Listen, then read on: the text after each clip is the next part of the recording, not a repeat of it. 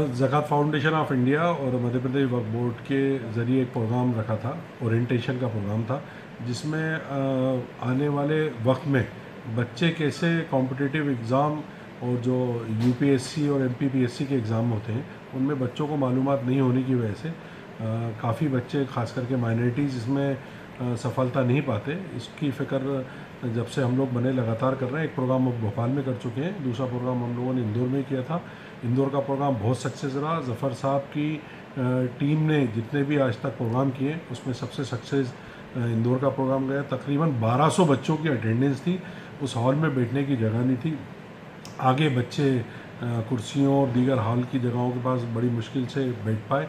तो मैं सारी टीम को, वक्फ बोर्ड और ज़कात फाउंडेशन की टीम है, उसकी मेहनत की बहुत बहुत मुबारकबाद देता हूँ। साथ ही ये एक मील का पत्थर साबित होगी क्योंकि जो माइनॉरिटीज़ है ख़ास करके मुस्लिम में शिक्षा का अभाव है और उनको कोई गाइडेंस देने वाला नहीं है कि बच्चे कोई सरपरस्त नहीं है।